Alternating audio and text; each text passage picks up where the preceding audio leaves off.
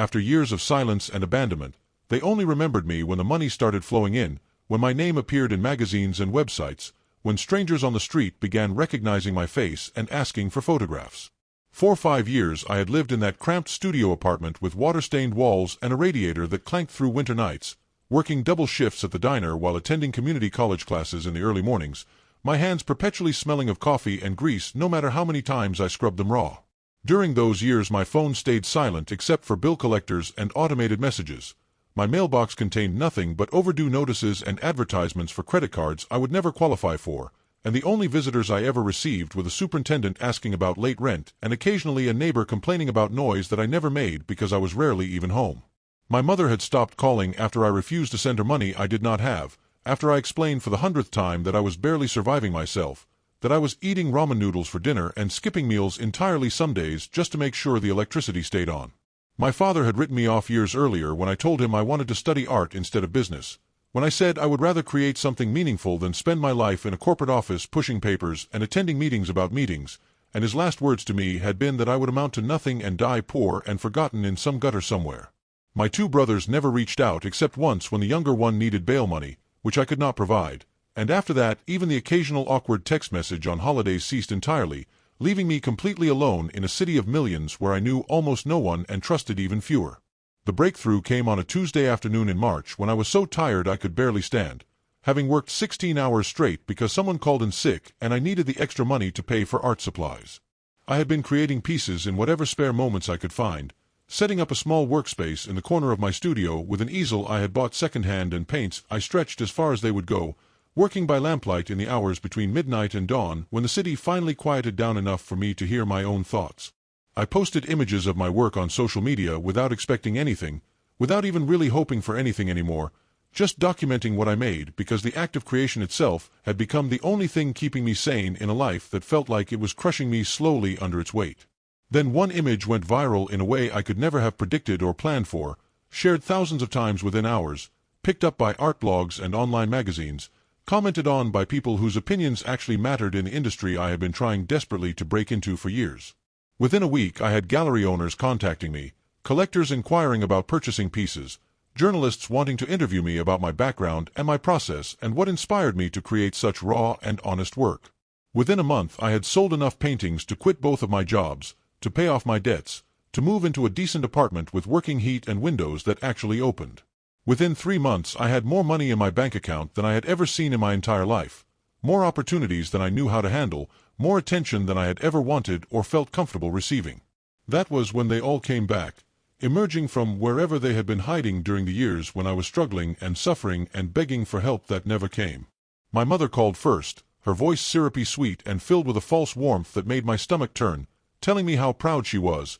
how she always knew I would make it, how she had been telling everyone about her talented child who was now famous. She did not apologize for the years of silence, did not acknowledge the times I had called her crying because I did not know how I was going to survive another month, did not mention the birthday cards I had sent that went unanswered or the messages I had left that were never returned. Instead she talked about herself, about how hard things had been for her, about bills she could not pay and repairs her house needed and medical expenses that were piling up, and I could hear the unspoken request underneath every word, could feel her circling around to asking me for money like a shark smelling blood in the water. My father sent an email, formal and stilted, saying he had seen articles about my success and wanted to reconnect, wanted to be part of my life again, wanted me to understand that he had only been hard on me because he wanted what was best for me. He suggested lunch at an expensive restaurant downtown, the kind of place he used to take business clients, the kind of place where a single meal cost more than I used to spend on groceries for an entire month. He signed it with love, a word I could not remember him ever saying to me out loud, a word that felt hollow and meaningless coming from someone who had told me I was worthless and would never succeed at anything I attempted. My brothers both reached out within days of each other, the older one through a text message that was clearly copied and pasted because it still had someone else's name at the top before he had edited it to insert mine, the younger one through a rambling phone call where he talked for 20 minutes about his own problems before even asking how I was doing. They both wanted things, of course, favors and loans and connections, assuming that because I now had money and fame I would be willing to share it with people who had abandoned me when I had nothing. Extended family members I had not heard from in decades suddenly remembered my existence, distant cousins and aunts and uncles sending friend requests on social media and messages congratulating me on my success, many of them including their own sob stories and financial troubles in the same breath, not even pretending that their renewed interest in my life was about anything other than what they could get from me. Old acquaintances from high school and college emerged from the woodwork, people who had ignored me or bullied me or made me feel invisible when we were younger, now claiming we had been such good friends and they had always believed in me and they would love to catch up sometime soon. Former co-workers who had treated me like I was beneath them, who had made jokes about my dreams and my ambitions, who had rolled their eyes when I talked about my art, suddenly wanted to grab coffee and hear all about my journey and tell me they always knew I had something special. The gallery openings became performances where I had to pretend not to recognize the phoniness, had to smile and nod while people who had never cared about me gushed about how wonderful it was to see me doing so well, had to accept compliments from individuals whose names I barely remembered and who certainly had never bothered to remember mine. My mother showed up to one uninvited, dressed expensively in clothes I suspected she had bought on credit specifically for the occasion, introducing herself to everyone as my biggest supporter and telling stories that were either completely fabricated or so distorted from reality that they bore no resemblance to what had actually happened. She posed for photographs with me and posted them online with captions about how proud she was, how she had always encouraged my artistic pursuits, how she had sacrificed so much to help me follow my dreams, and I stood there smiling for the cameras while wanting to scream the truth about how she had told me I was wasting my time, how she had refused to help when I was desperate, how she had only reappeared once there was something in it for her. My father attended another event with his new wife, a woman I had met exactly once before and who looked at me like I was a prize he had won rather than a person with feelings and memories and years of pain he had caused. He gave a speech about supporting your children's passions that made me physically ill, that had people nodding along and praising him for being such a wonderful parent, and I had to bite my tongue to keep from interrupting and telling everyone the truth about what kind of father he had actually been. The requests for money came in constantly, some subtle and some brazenly direct, some framed as investments or business opportunities and others as desperate pleas for help with emergencies that may or may not have been real. My mother wanted me to buy her a new car because hers was old and unreliable, then wanted help with a mortgage, then with credit card debt, each request coming after the previous one had been fulfilled, each promise that it would be the last time proving to be a lie. My father suggested I should contribute to his retirement fund since he had raised me and fed me and put a roof over my head for 18 years, conveniently forgetting that he had kicked me out the day after my high school graduation and told me never to come back. My brothers wanted loans they had no intention of repaying, wanted me to co-sign for apartments and cars and business ventures that were obviously going to fail, wanted me to use my connections to get them jobs they were unqualified for in industries they knew nothing about. Extended family members wanted help with tuition and medical bills and home repairs, wanted me to be the family bank because I had made it and therefore owed something to everyone who shared my blood, even if those people had never been there when I needed them. The worst part was not the requests themselves, but the expectation underneath them, the assumption that I should be grateful for their renewed attention, that I should feel obligated to help because we were family, that I should forget about all the years they had ignored my existence because families are supposed to forgive and move forward. They acted as if my success had erased the past, as if money could compensate for abandonment, as if my new status meant I no longer had the right to feel hurt or angry or betrayed by people who had proven they only cared about me when there was something to gain. They showed up at my apartment unannounced, called me at all hours expecting me to answer, sent message after message when I tried to establish boundaries, accused me of being selfish and ungrateful and arrogant when I said no to their demands. My mother cried and said I had changed, that success had made me cold and heartless, that I cared more about money than family, and I wanted to laugh at the irony of being accused of caring about money by someone who only contacted me once I had it.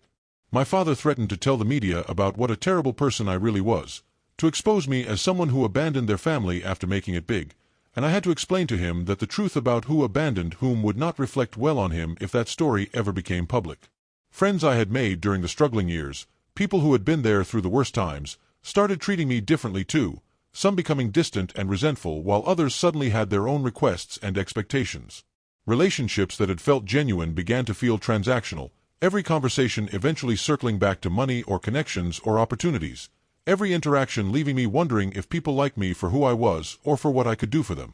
I started declining invitations and avoiding events, preferring isolation to the constant performance of pretending everything was fine, preferring loneliness to the crushing disappointment of discovering that yet another person in my life had ulterior motives. The studio that had once felt like a sanctuary became a prison where I hid from people who wanted pieces of me, where I tried to recreate the spark that had led to my success in the first place, but found myself too exhausted and too bitter and too disillusioned to create anything with the same raw honesty that had made my work resonate with people initially. Therapy helped somewhat, giving me space to process the complicated feelings of anger and grief and betrayal, helping me understand that I had the right to protect myself even from family, that boundaries were not selfish but necessary for survival. My therapist explained that trauma bonding was real, that the people who had hurt me might never acknowledge or apologize for what they had done, that waiting for them to change or recognize their behavior would only cause me more pain. She encouraged me to build chosen family rather than clinging to biological connections that brought nothing but toxicity into my life, to surround myself with people who had proven their loyalty during difficult times rather than those who only appeared when times were good.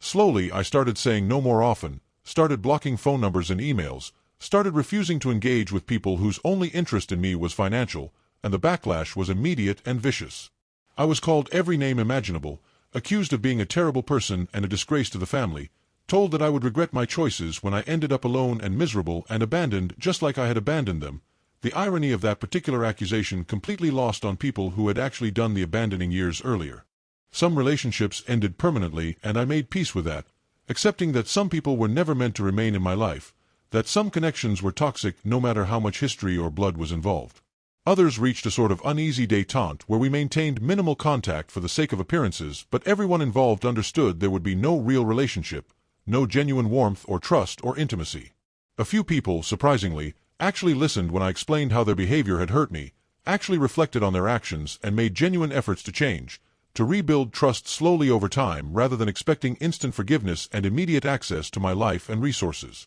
Those relationships became worth fighting for, worth the difficult conversations and the slow, painful process of healing old wounds, worth maintaining even when it would have been easier to just cut everyone off and start completely fresh. My mother never apologized, but she did eventually stop asking for money after I made it clear there would be consequences for continued financial requests, that I would cut off all contact if she could not respect my boundaries. Our relationship remained strained and surface level, birthday cards and occasional phone calls where we talked about nothing important, but at least she stopped pretending we had some close loving bond that had never actually existed. My father I cut off entirely after he tried to manipulate me one too many times, after he attempted to use my success for his own benefit without any consideration for how his actions might affect me, and I felt nothing but relief when I blocked his number and stopped responding to his emails. My brothers remained in my life peripherally, appearing at holidays and family gatherings with partners and eventually children, and I played the role of successful uncle or sibling while maintaining enough emotional distance to protect myself from their recurring patterns of asking for favors and help. The art continued. Eventually, once I worked through enough of the anger and pain to access creativity again, once I stopped feeling like every piece I created was being produced for an audience rather than for myself, I switched galleries to work with people who understood boundaries and respected artists as human beings rather than commodities, raised my prices to filter out collectors who only wanted to own my work as an investment rather than because it meant something to them, became more selective about which shows and events I attended and which interviews I agreed to do. The second wave of success felt different from the first, more sustainable because it was built on authentic work rather than viral moment, more satisfying because I had created systems to protect myself from the parasitic relationships that had nearly destroyed me the first time. Money came and went, sometimes abundant and sometimes tight depending on market conditions and how productive I was feeling, but I learned to save and invest and live below my means so that I would never again find myself desperate enough to accept help from people who would use that desperation against me later. Years passed and the initial anger faded into something more like resignation and acceptance,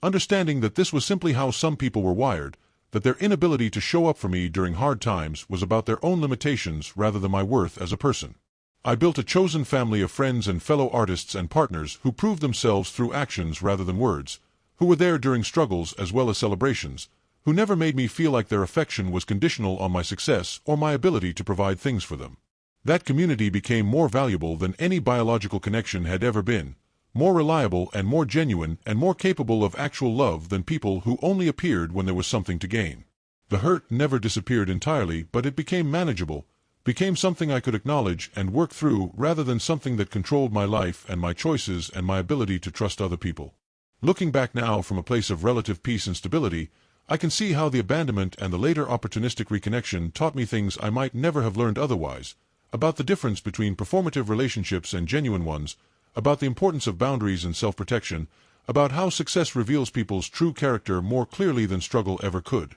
The people who only remembered me when the money started flowing in showed me exactly who they were, and I chose to believe them rather than the stories they told about who they claimed to be or who they wanted me to think they were. That choice, painful as it was to make, ultimately freed me to build a life surrounded by people who actually